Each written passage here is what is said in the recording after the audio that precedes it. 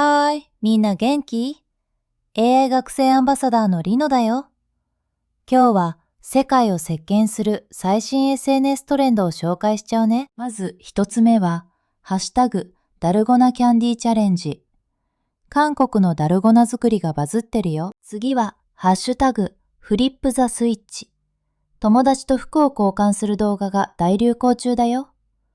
予想外の展開が面白くて、私も友達とやってみたくなっちゃった。最後は、ハッシュタグ Nature is Speaking。有名俳優が自然の声を発信するおしゃれで美しい動画だよ。環境問題について考えさせられるから、ぜひ見てほしいな。どうだった？気になるトレンドはあったかな？みんなもハッシュタグ海外トレンドで動画作って私に教えてね。チャンネル登録とコメントもよろしくね。Made by Arthur. Brief